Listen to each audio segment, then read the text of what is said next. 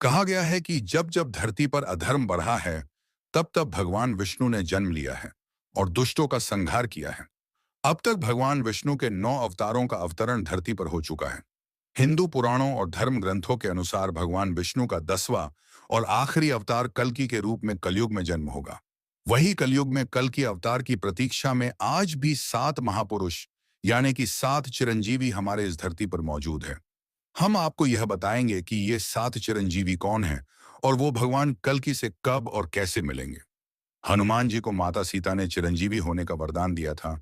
भगवान श्री राम से कलयुग के अंत तक धर्म व राम कथा का प्रचार करने की आज्ञा मिली थी।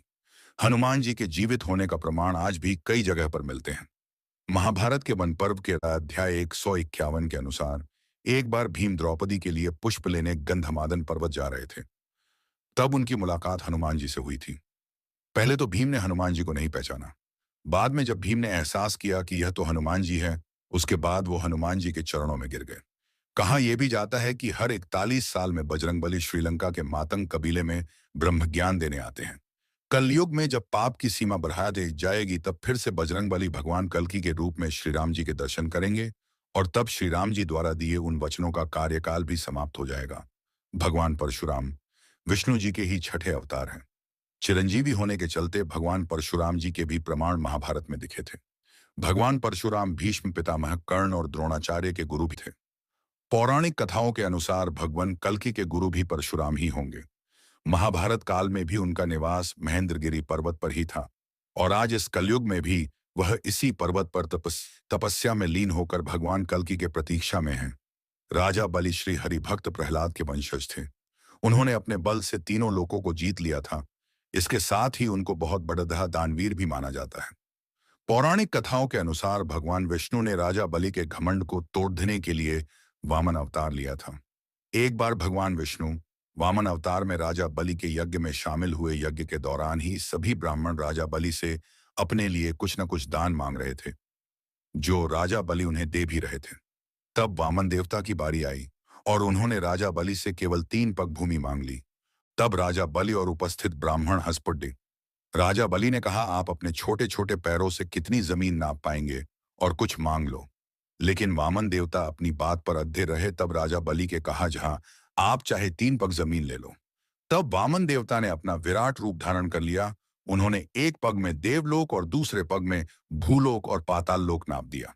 इसके बाद उन्होंने कहा, तीसरा पग कहाँ रखूं राजन। तब राजा बलि ने अपना सर आगे कर दिया और वामन देवता ने राजा बलि के सर पर पैर रख के उन्हें पाताल लोक में भेज दिया और उन्हें सुतल लोक में बसा दिया, जहां वो आज भी अपने मुक्ति के लिए कल के अवतार की प्रतीक्षा कर रहे हैं। विभीषण भगवान विष्णु के अनन्य भक्त थे। जब लंकापति रावण ने माता सीता का हरण किया था, तब विभीषण ने अपने भाई रावण को काफी समझाया था कि भगवान राम से शत्रुता न करे। जिसके बाद रावण ने उन्हें अपनी लंका से निकल दिया था। तब विभीषण भगवान राम की सेवा में चले गए और रावण के अधर्म के अंत करने के लिए धर्म का साथ दिया। यही कारण है कि भगवान श्री राम ने विभीषण को चिरंजीवी होने का वरदान दिया था, जो कि आज के युग यानी कलयुग के अंत तक जीवित रहेंगे। विभीषण के जीवित होने का प्रमाण रामायण काल के बाद महाभारत काल में भी मिले थे। युधिष्ठिर के राजसीय यज्ञ के दौरान विभीषण वहां पर आए थे। गुरु द्रोणाचार्य के बेटे अश्वत्थामा आज भी इस धरती पर मुक्ति के लिए भटक रहे हैं। महाभारत के युद्ध में अश्वत्थामा ने कौरवों का साथ दिया था। धर्म ग्रंथों के अनुसार भगवान श्री कृष्ण ने अश्वत्थामा को उत्तरा पक्युकुना अभिमन्यु की पत्नी के गर्भ में ब्रह्मास्त्र चलाने के कारण अश्वत्थामा को पीड़ा के साथ कलयुग के अंत तक भटकने का श्राप दिया था। अश्वत्थामा के संबंध में प्रचलित मान्यता है कि मध्य प्रदेश के असीरागढ़ किले में मौजूद प्राचीन शिव मंदिर में अश्वत्थामा हर दिन भगवान शिव की पूजा करने आते हैं। महर्षि व्यास को वेद व्यास नाम से इसलिए जाना जाता है क्योंकि उन्होंने ही महाभारत, पुराण और भागवत गीता लिखी थी। महर्षि व्यास जी ने कल्कि के जन्म से पहले उनके अवतार के बारे में ग्रंथों में लिख दिया था। महर्षि वेद व्यास बहुत बड़े तपस्वी होने के कारण आज भी कलयुग में भगवान कल्कि के दर्शन के लिए तपस्या में लीन है। ग्रंथों में कृपाचार्य को चिरंजीवी के रूप में बताया गया है। कृपाचार्य अश्वत्थामा के मामा और कौरवों व पांडवों के आचार्य थे।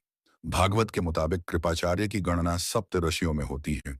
कहा जाता है कि वह इतने बड़े तपस्वी थे कि उन्हें अपने तप के बल पर चिरंजीवी होने का वरदान मिला। कलयुग में कृपाचार्य अधर्मियों का नाश करने में कल्कि की मदद करेंगे।